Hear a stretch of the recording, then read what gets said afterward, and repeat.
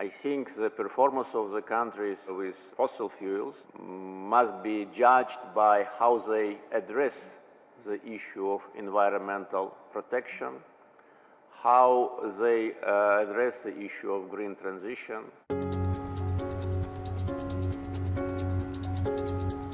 Azerbaijan, a land where Eastern Europe meets Western Asia.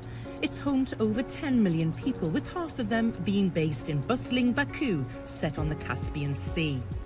The country is rich in oil and natural gas resources and has hosted the 10th Southern Gas Corridor and 2nd Green Energy Advisory Council ministerial meetings.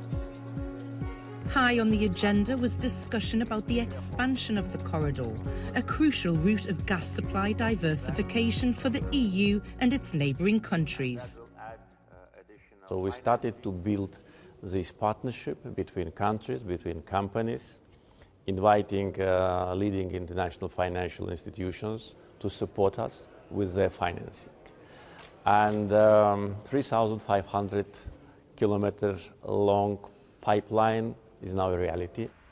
Azerbaijan last year increased their gas exports by 9%, up to 22 billion cubic meters. Currently, their main buyers in Europe include Italy, Greece, Romania, Hungary and Bulgaria.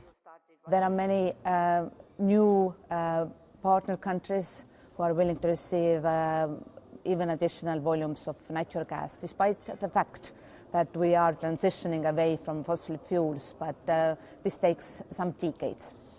Now we want to well establish also the future-proof cooperation. And that collaboration, as well as transition to green and renewable energy, was also discussed as President Aliyev called for a change in the narrative when judging countries with fossil fuel. We do it not because we lack traditional resources, but because we want to contribute using the financing, using the revenues which we get from oil and gas sales to invest in renewables and to create a common understanding about the need for that. It's a sentiment that has EU backing.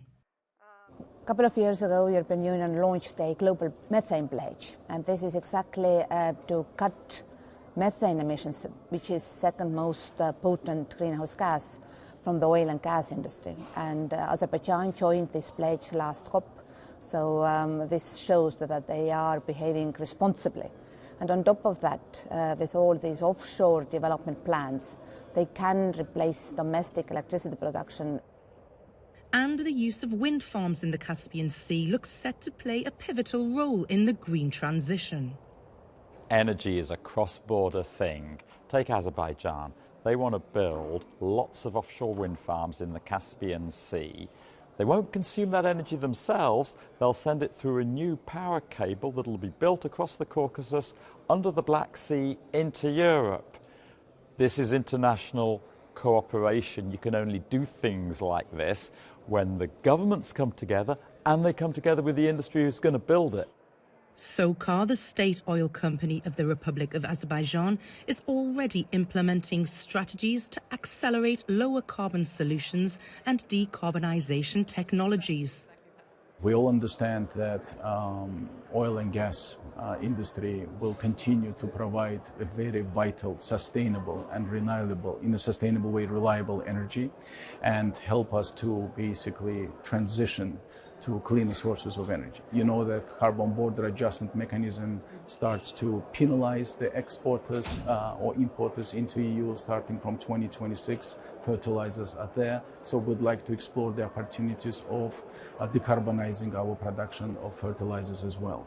President Aliyev was also passionate about the wider effects of climate change as the country prepares to host this year's COP29. We see the implication and dangerous implication of the climate change, less water in our rivers, less snow in our mountains, less water in the Caspian Sea. And if we don't address this issue with passion and with a commitment, then all of us will suffer. So renewable projects agenda of Azerbaijan is very ambitious. An ambitious plan indeed for Azerbaijan and the wider global energy industry.